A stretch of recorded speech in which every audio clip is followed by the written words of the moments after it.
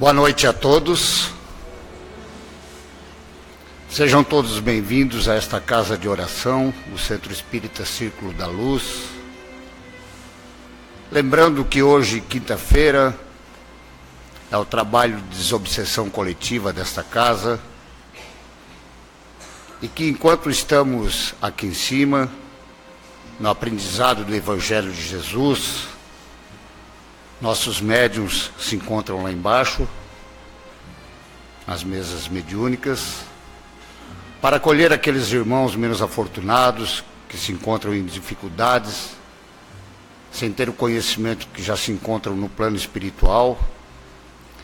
Então nós convidamos a todos presentes nesta casa, os encarnados e desencarnados, para que neste momento nós possamos esquecer todas as nossas aflições lá fora,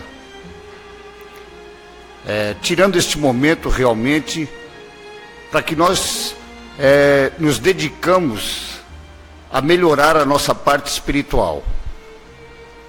E a forma como nós temos para fazer contato com a espiritualidade amiga, com o mundo espiritual, é através da oração. Então eu gostaria de convidar todos para que em pensamento nós fizéssemos a oração que Jesus nos ensinou. Pai nosso que estais em toda parte, santificado seja o teu nome, venha a nós o teu reino, seja feita a vossa vontade e não a nossa, Senhor, aqui na terra como nos céus. O pão nosso de cada dia que nos dai hoje, perdoa, Pai, as nossas dívidas, assim como queremos e devemos perdoar aos nossos devedores. Não nos deixe, Pai amado, cair nas tentações e livra-nos, Senhor, de todos os males, pois sabemos que teu é o reino, é o poder, é a glória hoje e para sempre. Ainda envoltos neste momento de prece, gostaria de convidar a todos para que também em pensamento nos dirigimos até nossos lares,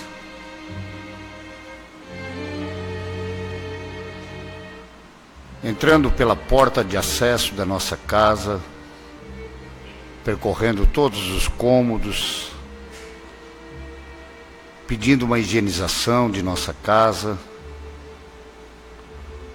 no quarto onde descansamos do nosso trabalho, na cozinha onde preparamos nosso alimento, enfim, todos os cômodos. E também pedindo por todas as pessoas que lá conosco convivem.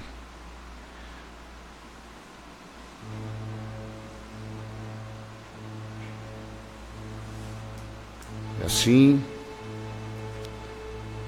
nós vamos retornando a esta casa para os trabalhos da noite de hoje. Como é também de costume às quintas-feiras, nós abrimos sempre com uma leitura do Evangelho segundo o Espiritismo. Hoje nós vamos praticar a leitura do capítulo 5 das Bem-aventuranças, Bem-aventurados os aflitos, da lição de número 3, que ela diz assim: somente na vida futura podem efetivar-se as compensações que Jesus promete aos aflitos da terra. Sem a certeza do futuro, estas máximas seriam um contrassenso. Mais ainda, seriam um engodo. Mesmo com essa certeza, dificilmente se compreende a conveniência de sofrer para ser feliz. Dizem, para se ter mais mérito. Mas então, pergunta-se, por que sofrem um mais do que os outros? Porque nascem uns na misérias na miséria e outros na opulência, sem coisa alguma haverem feito que justifique essas posições. Porque uns nada conseguem, ao passo que a outros tudo parece sorrir. Todavia, o que ainda menos se compreende é que os bens e os males sejam tão desigualmente repartidos entre o vício e a virtude, e o que os homens virtuosos sofram, ao lado dos maus que prosperam. A fé no futuro pode consolar e infundir paciência, mas não explica essas anomalias, que parecem desmentir a justiça de Deus. Entretanto, desde que admita a existência de Deus, ninguém o pode conceber sem o infinito das perfeições. Ele necessariamente tem todo o poder, toda a justiça e toda a bondade, sem o que não seria Deus. Se é soberanamente bom e justo, não pode agir caprichosamente nem com parcialidade. Logo, as vicissitudes da vida derivam de uma causa. E, pois que Deus é justo, justo há de ser esta causa.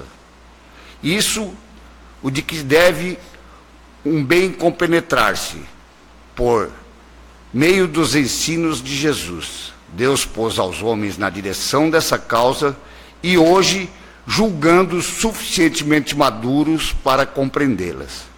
Lhes revela completamente a aludida causa por meio do Espiritismo, isso é, pelas palavras dos Espíritos. Falar um pouquinho dessas aflições que às vezes nos atingem, porque muitas das vezes não compreendemos de entender por que tantas pessoas más, tantas pessoas que fazem tudo errado, e muitas das vezes têm o sucesso, o reconhecimento pelas pessoas, e ao contrário também, muitas das pessoas boas que passam por enormes dificuldades. Mas nós que estamos aqui na Casa Espírita, não podemos confundir o espiritismo prático com a prática do espiritismo. Muitos de nós, ao chegarmos a esta casa, se encantamos com as novidades que aqui aprendemos e com a possibilidade de praticarmos a solidariedade humana. Só que muitas vezes, na ânsia de praticarmos essa solidariedade, acabamos nos envolvendo na auto-obsessão. Pensamos que já estamos preparados para o paraíso, porque dedicamos algumas horas à prática do bem, dedicamos alguns momentos à caridade. Pior ainda, muitas das vezes criticamos outras seitas, outras religiões, e muitas das vezes praticamos tão igual ou pior do que esses nossos irmãos. Sem entender o que nos ensina a lição de hoje, da justiça das aflições, que é somente na vida futura que podemos colher aquilo que fizemos de bom. Quando conseguimos entender que as compensações, elas só vêm no mundo espiritual, conseguimos entender muito melhor e praticarmos verdadeiramente esta doutrina, que é a doutrina dos Espíritos.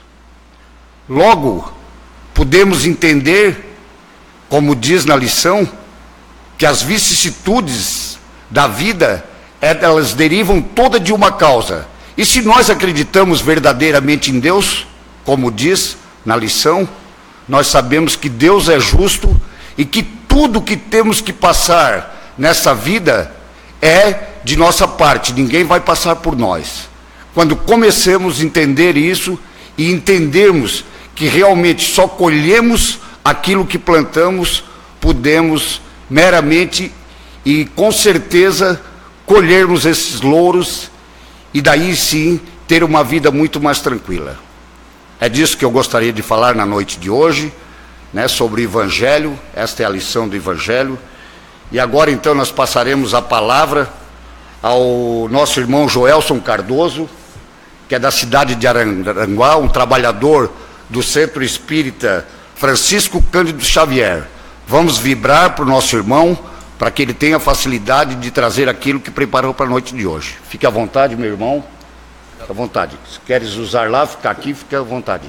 Posso falar daqui mesmo? Pode falar daqui também, se quiser. Faz favor, então fica lá, fica mais...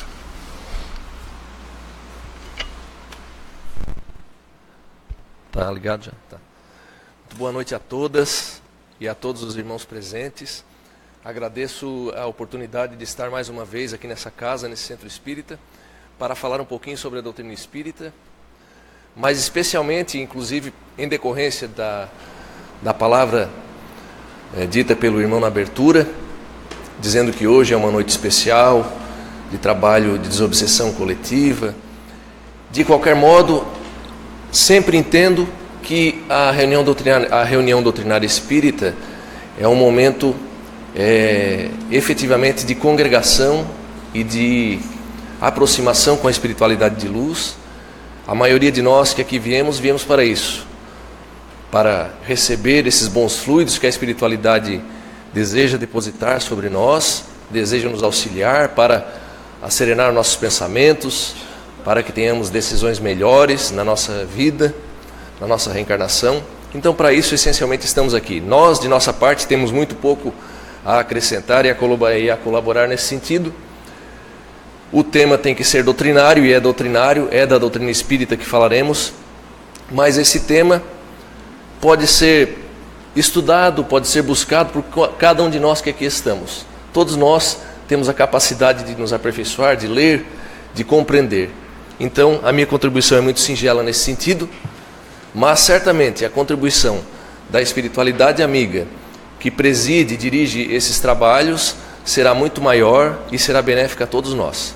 Então, já nesse tom de pedido, de solicitação de apoio para os amigos espirituais, nós falaremos de um tema e utilizaremos a bibliografia de duas obras de Francisco Cândido Xavier, da psicografia dele, mas na verdade duas obras do seu mentor espiritual, Emmanuel.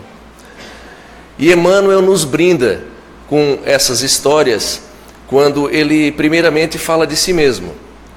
Então, para aqueles que já são um pouco mais antigos na doutrina espírita, muitas coisas que aqui vou falar são repetidas, são de conhecimento geral. Mas aqueles que vêm ao início, adentrando as fileiras do espiritismo, colherão algumas informações porque delas desconhecem. Emmanuel foi o mentor espiritual de Chico Xavier, que desencarnou Chico em 2002, né? E Emmanuel foi quem efetivamente dirigiu os trabalhos desse grande médium brasileiro. Talvez o continuador, Francisco Cândido Xavier, o continuador dos postulados espíritas organizados por Allan Kardec. Não fosse Chico Xavier, talvez o espiritismo não seria e não teria a dimensão que encontra hoje, pelas suas mais de 400 obras, fidedignas, leais à espiritualidade. Então, foi um verdadeiro complemento que nós precisávamos e tivemos. E Chico desencarnou e Emmanuel dirigiu os seus trabalhos enquanto ele estava encarnado por muitos e muitos anos. Dirigiu os seus trabalhos, dirigiu os trabalhos dos outros espíritos que por meio do Chico trouxeram diversas informações. E Emmanuel nos brinda com algumas obras grandiosas. Eu tenho apreciado muito ultimamente a coleção Fonte Viva de Emmanuel, que é composta de 5 livros, em que esse espírito, até em decorrência da sua trajetória no campo religioso e do conhecimento da teologia, dos estudos teológicos, religiosos, demonstra um profundo conhecimento do Evangelho de Jesus. É um profundo conhecedor, Emmanuel, das passagens contidas na Bíblia, no Evangelho. Então, nessa coleção, Fonte Viva, Emmanuel, e aí vem a sugestão para que utilizemos bastante essas obras de Emmanuel, que nos ajudam no nosso cotidiano. Ele pega algum versículo de algum capítulo de algum dos evangelhos e discorre sobre aquele versículo de uma forma assim grandiosa e muito bela, muito assim confortadora e consoladora, como deve ser a doutrina espírita. Mas Emmanuel nos brindou, dentre outras obras, com duas obras que utilizaremos. Quando ele fala dele mesmo, quando à época de Jesus ele fora o senador Públio Lentulus, reencarnar aquela época, na mesma época em que Jesus estava vivendo na Galileia, Emmanuel era um senador romano e o seu nome era Públio Lentulus. E ele nos brinda também, durante a nossa fala utilizaremos dessa outra obra, com uma história grandiosa sobre São Paulo, da Igreja Católica, sobre Paulo de Tarso, sobre Saulo de Tarso, esse indivíduo grandioso que o cristianismo conheceu e trouxe o cristianismo verdadeiramente, Paulo de Tarso, São Paulo para os católicos, para todo o mundo ocidental. Não fosse Paulo, ousamos dizer que talvez hoje nós não estaríamos falando de Jesus aqui no Brasil, no Ocidente. Tamanha a sua obra, né? Então, Emmanuel também discorre na obra Paulo e Estevão sobre Paulo de Tarso, colhendo muitas informações daquelas que nós já conhecíamos, que estavam contidas lá em Atos dos Apóstolos, mas traz muitas outras informações que enriquece o conhecimento cristão nessa obra Paulo e Estevão, também recomendada. E eu digo que Emmanuel nos brinda com isso porque ele se coloca numa condição, sob o nosso olhar, uma condição muito humilde, quando ele se apresenta como o senador Públio Lentulus, num momento essencial da sua existência, em que ele tem a oportunidade de estar frente a frente com Jesus. Penso eu, e essa é a interpretação que eu quero dar na nossa fala, que Emmanuel se coloca nessa obra como um verdadeiro exemplo, naquele momento, como senador Públio Lentulus, um verdadeiro exemplo a não ser seguido. A escolha que ele fez. E de outro lado, nós temos um indivíduo que era perseguidor de cristãos, mandou matar cristãos, como nós sabemos, todos os cristãos sabem pela história de São Paulo, né? Vou utilizar essa expressão católica, mas Paulo de Tarso era um doutor do Sinédrio, era um doutor da lei judaica, que combatia ferozmente os cristãos. E ele combatia os cristãos após a crucificação de Jesus, né?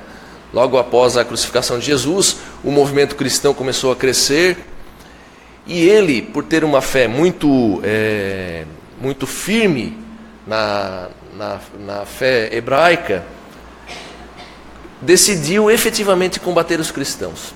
Vejamos, nós temos aqui dois indivíduos contados por Emmanuel. Ele mesmo, quando era o senador Públio Lentulus. Um homem que, sob o nosso olhar comum, social, poderíamos colocar à frente de Paulo de Tarso. Um senador romano, um bom pai de família, tinha 2 filhos, a filha Flávia, o filho Marcos, casado com Lívia, uma pessoa extraordinária, um espírito mais avançado que ele, a sua esposa, um homem bom, no aspecto social que nós comumente desenhamos. Paulo de Tarso, um verdadeiro homicida, perseguidor das pessoas, em decorrência da sua fé naquilo que ele acreditava, mas cometeu atrocidades as quais nós poderíamos recriminar. Se botássemos um do lado do outro, talvez muitos de nós aqui e a sociedade em geral escolheria primeiramente Públio Lentulus. E os dois demonstram os seus exemplos que nós temos escolhas a fazer. A doutrina espírita nos fala do livre-arbítrio. Lá em O Livro dos Espíritos, no capítulo 10, quando fala da lei de liberdade, explica sobre o livre-arbítrio. Então, aqueles que estamos adentrando há pouco a doutrina espírita, vamos percebendo e tentando tateá-la e conhecê-la, a doutrina espírita, e vamos percebendo que a doutrina espírita não nos impõe nada. O espiritismo, como o consolador prometido por Jesus, vem ao mesmo tempo que nos apresenta as condições das verdades, essas verdades que são reais, esses postulados espíritas que não são criação de Allan Kardec, e sim verdades reais que desde sempre existiram, como a reencarnação, a pluralidade dos mundos habitados, as nossas muitas existências. E diz essa doutrina maravilhosa que nada mais é do que o verdadeiro cristianismo, que nós somos os responsáveis pela nossa caminhada. E nós, em decorrência do exercício do nosso livre-arbítrio, fazemos as nossas escolhas. Nós estamos aqui buscando amparo, buscando consolo para as nossas dores, como fazia a leitura do Evangelho, a justiça das aflições. Cada um de nós aqui temos as nossas dores. Por isso estamos aqui. E quando eu digo aqui, eu não quero me referir a esse centro espírita. Nós temos as nossas dores porque estamos aqui, nesse planeta, nesse mundo de provas e expiações. Se fôssemos seres angelicais, nós não estaríamos aqui. Nós não estaríamos sofrendo as dores, e essas dores tão necessárias para o nosso aprimoramento.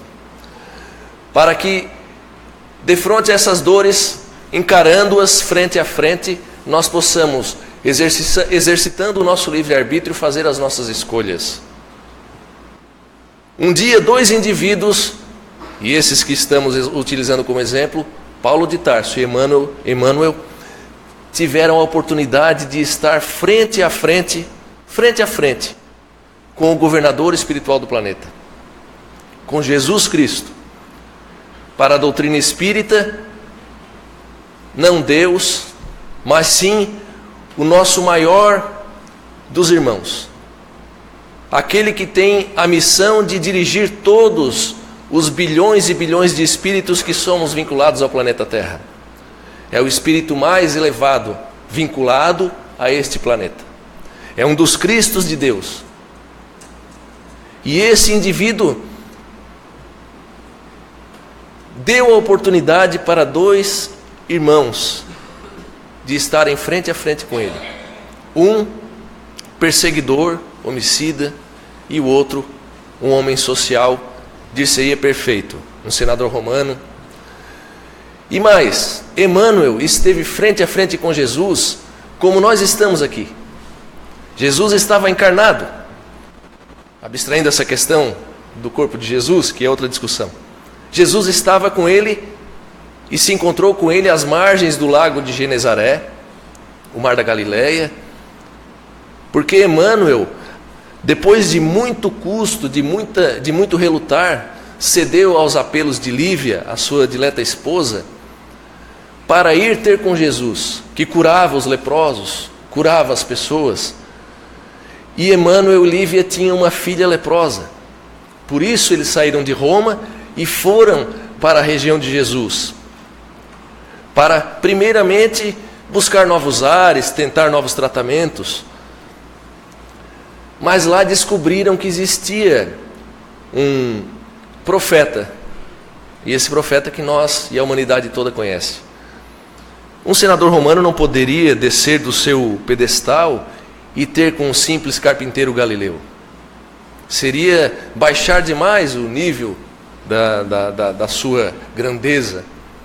Mas ele, depois de muita insistência e muito pedido da sua esposa, ele de forma dissimulada foi ter com Jesus. Esperou o dia ir se acabando, a hora ficar um pouco mais escura, para que ninguém o visse. E foi, de uma forma dissimulada, como dissemos, procurar Jesus. Ele se encostou numas pedras às margens do lago de Genezaré e já achava que não ia encontrar mais Jesus. Eis que de repente uma figura radiosa começa a aparecer diante dele, se aproxima. Emmanuel, o senador romano, não entende o que acontece com ele. Aqueles fluidos tão benéficos do governador espiritual do planeta fazem com que o senador romano caia de joelhos. E ele não explica isso. Mas não cessa por aí. O senador romano começa a chorar copiosamente. E nós sabemos hoje por que isso acontece. Estar diante do Cristo de Deus, a oportunidade desse indivíduo, há 2000 anos atrás. E há 2000 anos é o nome da obra que nós estamos citando. Ele fica frente a frente com Jesus. E Jesus diz algumas palavras para ele que eu vou tentar repetir segundo a minha emoção e a minha interpretação.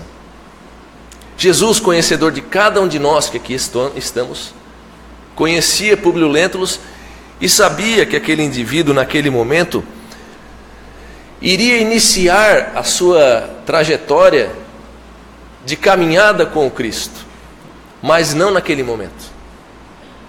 E aí Jesus dizia, primeiro, que esse senador, e o invocava nesse sentido, dizendo assim: senador, poderias ter me procurado na hora mais clara do dia? Terias poupado, talvez, séculos de sofrimento, e somente esses séculos de sofrimento poderão conduzir-te ao regaço de meu Pai. Então, Jesus Cristo sabia que aquele indivíduo estava ali à procura da cura da sua filha e diz: você vai voltar para casa e vai encontrar a sua filha curada, mas não é pelos seus méritos, e sim da sua esposa, que tem uma fé sincera, e por ela o seu pedido será atendido. Públio Lentulus ainda está de joelhos, não consegue entender, pensa que se trata de um feiticeiro, porque ele não tem uma fé em Jesus Cristo, ele tem uma fé romana, duvida de Jesus. Jesus lê os seus pensamentos e ele não consegue se conter na emoção. Estar frente a frente com Jesus, obter a cura da sua filha leprosa. Emmanuel volta para casa, Públio Lentulus, volta para casa, encontra a filha já em processo de cura, de melhora. A esposa explica que algo extraordinário aconteceu no quarto da filha, uma luz radiosa iluminou todo o ambiente. Flávia sentia como se mãos acariciassem o seu rosto, a sua cabeça, e descreveu isso para a mãe. E o senador esteve diante de Jesus, esteve diante daquele que nos dirige, uma oportunidade que talvez todos nós aqui queiramos. E ele teve essa oportunidade há 2000 anos. E com toda essa oportunidade, com toda essa possibilidade, ele começa a voltar a ser aquele mesmo senador romano. E proíbe Lívia de dizer que a filha obteve a cura por meio do feiticeiro nazareno, nas suas expressões. De outro lado, voltaremos depois a Públio Lentulus, nós temos um homem bruto, talvez. Um homem que, em decorrência da sua fé sincera, é verdade, na fé mosaica, Paulo de Tarso, perseguia os cristãos e não hesitava em assassiná-los e mandar assassinar. Aí esse homem tem a oportunidade, uma oportunidade não igual a de Emmanuel, de Públio Lentulus. Ele teve uma oportunidade diferente. Públio Lentulus esteve frente a frente com Jesus, os dois corpos ali. E Paulo de Tarso, na narrativa do Atos dos Apóstolos nós conhecemos, e no livro Paulo e Estevão nos descreve com maiores detalhes, ao chegar às portas de Damasco, porque ele ia para Damasco, especialmente para perseguir os cristãos, mas ele tinha um desiderato especial para ele mesmo. Ele queria perseguir, prender e assassinar Ananias, que dirigia os cristãos na cidade de Damasco, e fora aquele que convertera a sua amada, Abigail, ao cristianismo. Então ele tinha um ódio de Ananias. Ele não tinha só um ódio de Jesus. Ele misturava todos os seus sentimentos humanos, como nós temos os nossos sentimentos humanos, e foi para perseguir aquele indivíduo. Ele não chegou a entrar em Damasco. Nas portas de Damasco, ele vê o céu, como se o céu se cindisse ao meio, e uma luz radiosa vem ter com ele. Aparece aquele semblante maravilhoso, o mesmo Cristo de Deus, já após a crucificação, já em espírito, aparece para aquele homem assassino. E ele pergunta, né? Ele pergunta, não antes de Jesus lhe fazer uma pergunta. Jesus pergunta: Saulo, por que me persegues? Porque ele persegue os cristãos e persegue Jesus. Aí ele já começa a fazer algum raciocínio. Ele percebe que algo diferente está acontecendo, que aquilo ali é uma situação de um ser superior que vem ter com ele. Ele é um homem de fé. E ele pergunta, já meio desconfiado: quem és tu, Senhor? Ele já define como um Senhor, né? E Jesus responde: eu sou Jesus, a quem persegues. Aí, nesse momento, ele já está também prostrado ao chão, caiu do cavalo, está de joelhos, da mesma forma como o senador Públio Lentulus chora copiosamente, porque os fluidos de Jesus fazem com que isso aconteça.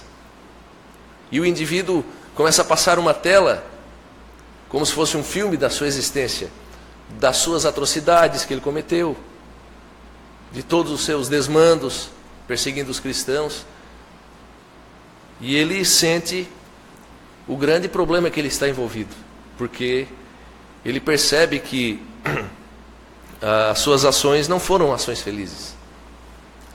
Mas ele podia naquele momento ter uma posição, se não pior, igual à de Públio Lentulus, porque ele não é um cristão, ele persegue os cristãos.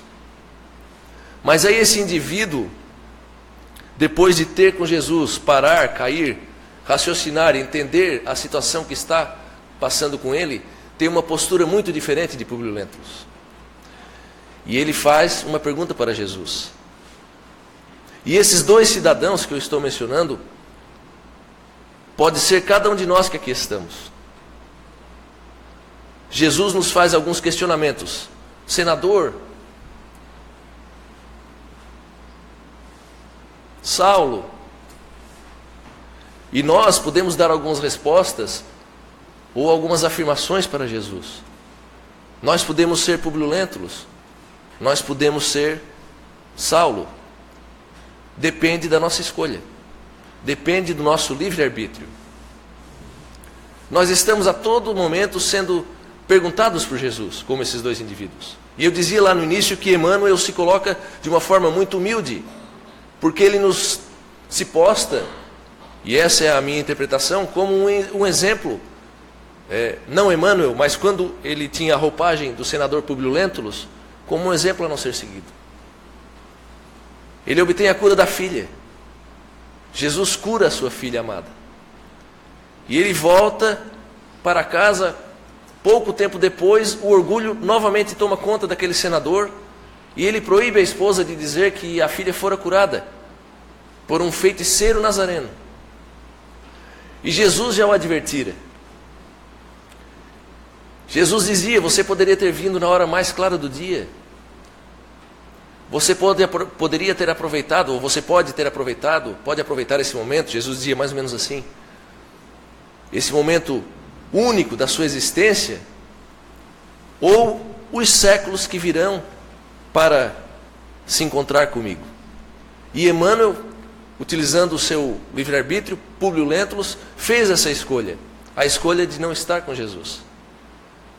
Jesus estendeu a mão para ele, como estende para nós, nas nossas dificuldades, naquilo que deseja ensinar por meio das provas, por meio das expiações, por meio das coisas boas, das virtudes que nós percebemos nos outros ou em nós mesmos.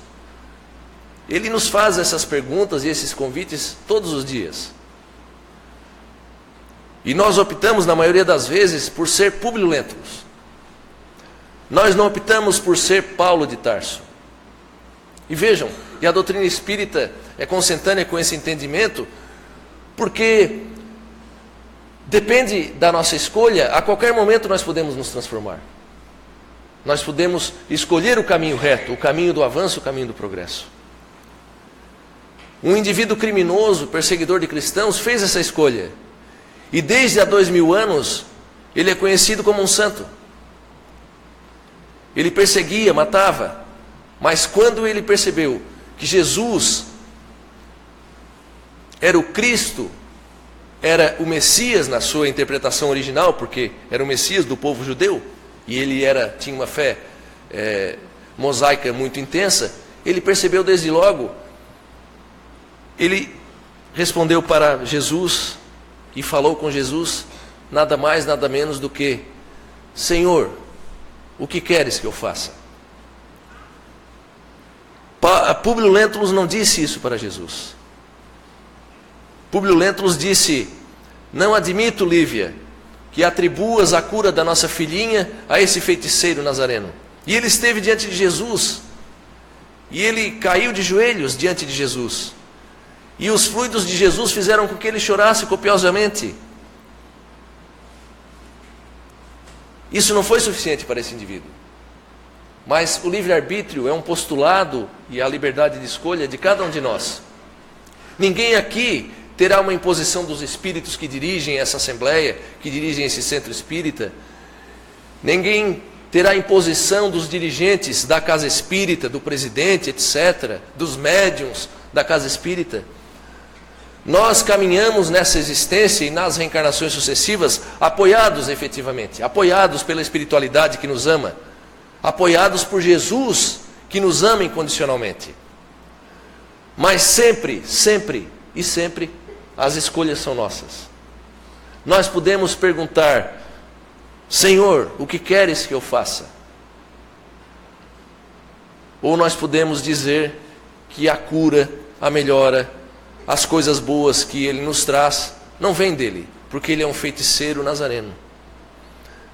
Então, são dois exemplos trazidos pela literatura espírita, da caneta de Emmanuel, uma delas falando dele mesmo, quando vestia a roupagem do senador Públio Lentulus, e o livro é bem sugestivo para a nossa interpretação, porque o livro de Emmanuel, quando fala de si mesmo como Públio Lentulus, denomina-se há 2000 anos. Ele nos fala com esse título e nos convida a pensar e a raciocinar onde queremos estar daqui a 2000 anos.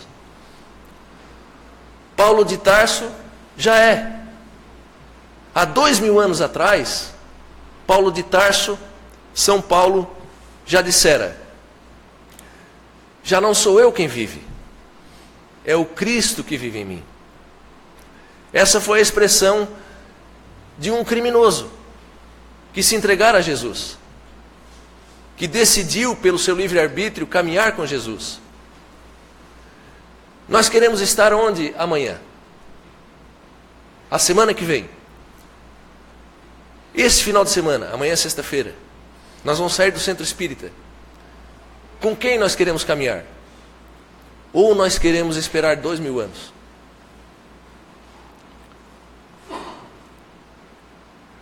Nós estamos tendo uma oportunidade ímpar na nossa existência, cada um de nós que aqui estamos.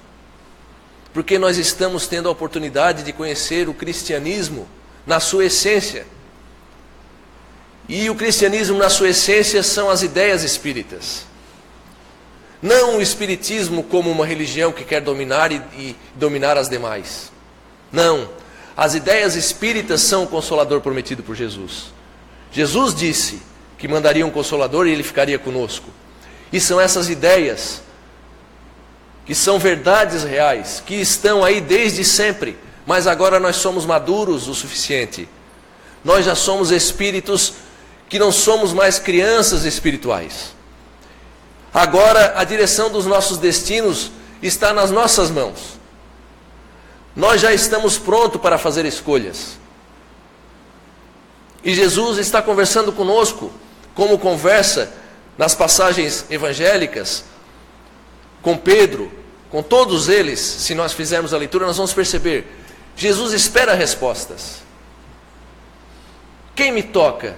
Ele pergunta para a mulher que toca as suas vestes. O que queres que eu faça? O que desejas de mim? E aquele homem que ninguém esperava tivesse a postura esperada de um verdadeiro cristão e não era cristão, pergunta para Jesus e se entrega a Jesus: Senhor, o que queres que eu faça? Paulo de Tarso é o nosso exemplo. Públio Lentulus se coloca, e digo de novo, Emmanuel se coloca de uma forma muito humilde para nos exemplificar como não se comportar. Porque ele levou 2000 anos para começar a caminhar efetivamente com Jesus e ter a oportunidade de ser um mentor espiritual. 2000 anos. Então, está na nossa escolha, né? Está na nossa escolha iniciar a nossa caminhada com Jesus por meio da reforma íntima, da nossa transformação, do esforço, não da realização daquilo que não temos a possibilidade de conseguir ainda, mas do esforço. Reconhece-se o verdadeiro espírita pela sua transformação moral e pelos esforços que realiza para vencer as suas inclinações más. Vejamos, está lá no capítulo do Evangelho segundo o Espiritismo, Sede Perfeitos, quando fala dos bons espíritas. A doutrina espírita é misericordiosa, porque Jesus é misericordioso, Deus é misericordioso. A espiritualidade, Jesus não quer nenhum santo, não quer que tenhamos áreas de santidade. Sabe-se, e eles sabem, que nós somos espíritos compatíveis com esse mundo de provas e expiações. Mas nós temos que fazer escolhas e fazer perguntas mais claras e acertadas para Jesus. Não adjetivá-lo como um feiticeiro nazareno, como fez o senador, mas perguntar para ele: o que queres que eu faça com essa prova que me dás agora? Com essas dificuldades? Percebamos o que ele quer nos ensinar. Não imaginemos que espíritos que nós conhecemos a história, como Chico Xavier, Madre Teresa de Calcutá, espíritos trabalhadores, santos da igreja, não imaginemos que esses indivíduos se fizeram prontos para o Cristo de uma hora para outra. Eles trabalharam, e o convite de Jesus era para que nós trabalhemos igualmente. Nós somos os senhores do nosso destino. Nós precisamos da espiritualidade. E precisamos mesmo, porque somos muito atrasados. Mas se nós não decidirmos fazer a pergunta certa para Jesus e caminhar efetivamente com Jesus, nós daqui a 2000 anos estaremos novamente dando uma qualificação a ele de o feiticeiro nazareno. Então, está na nossa escolha, no nosso livre-arbítrio. Meus irmãos, minhas irmãs, que a paz de Jesus, que a espiritualidade amiga permaneça sempre conosco. não somente nesses momentos de congregação com a espiritualidade no centro espírita, mas nos nossos lares, no nosso cotidiano, nas nossas dificuldades, nas nossas relações, que possamos nos esforçar para ser cristãos. É difícil, no mundo de provas e expiações, é difícil. A carne nos impõe grandes dificuldades a todos nós, mas não nos esqueçamos, nós não temos um espírito, nós somos um espírito.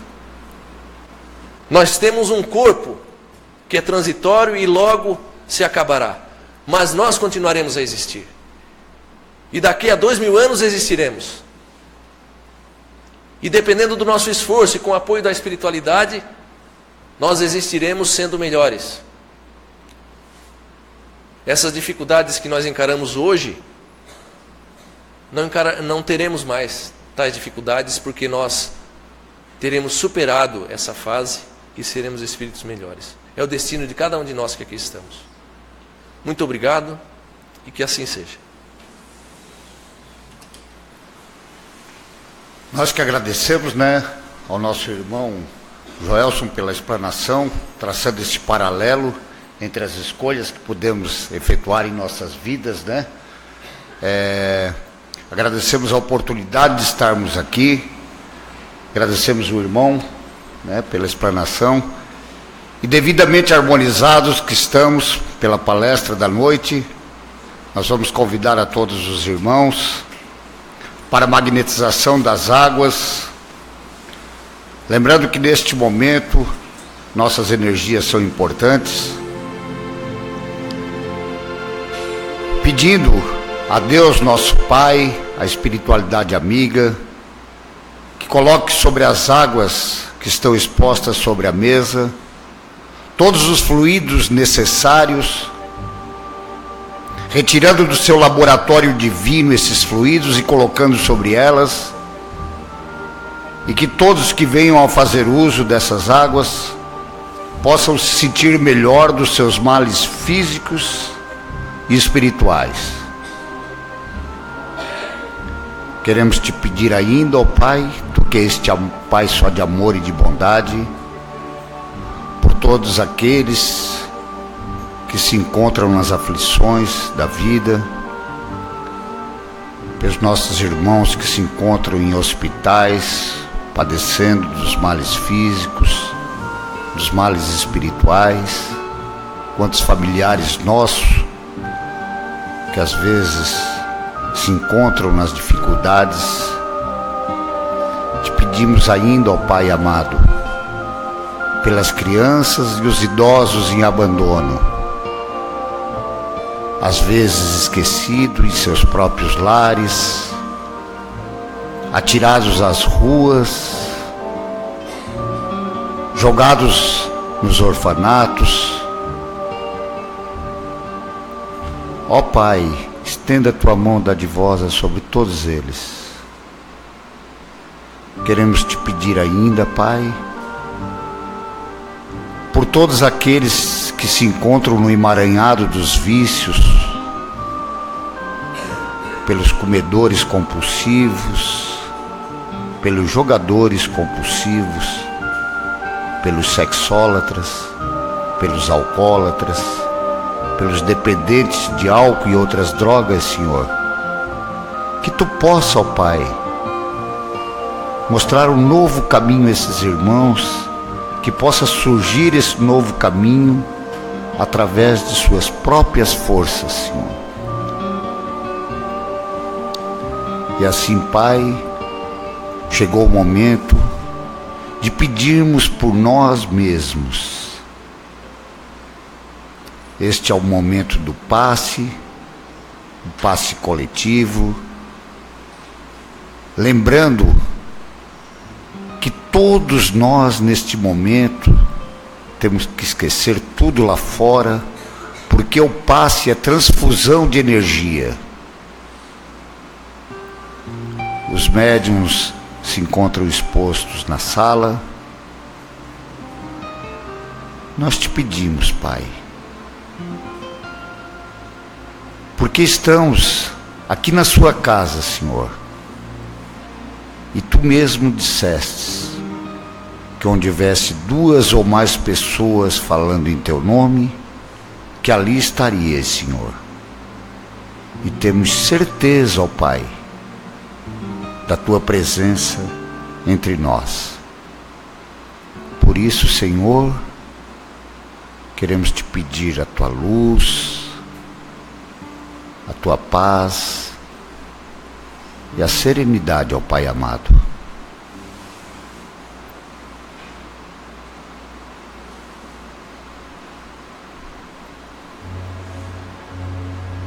E assim, devidamente harmonizados pelo passe,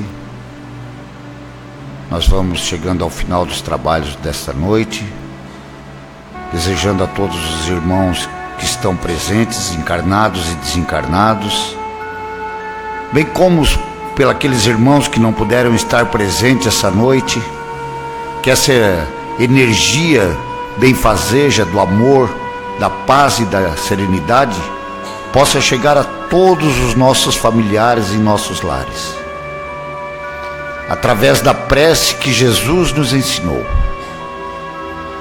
Pai nosso que estais em toda parte, santificado seja o teu nome. Venha a nós o teu reino, seja feita a vossa vontade, Pai, e não a nossa, aqui na terra como nos céus. O pão nosso de cada dia que nos dai hoje. Perdoa, Pai, as nossas dívidas, assim como queremos e devemos perdoar aos nossos devedores. E não nos deixe, ó Pai amado, cair nas tentações. E livra-nos, Senhor, de todos os males, pois teu é o reino, é o poder, é a glória hoje e para sempre. Que assim seja. Uma boa noite a todos os irmãos, um bom retorno aos seus lares. Que Deus, nosso Pai, Jesus, nosso modelo e guia, possa acompanhar a todos até seus lares. Muito obrigado e uma boa noite.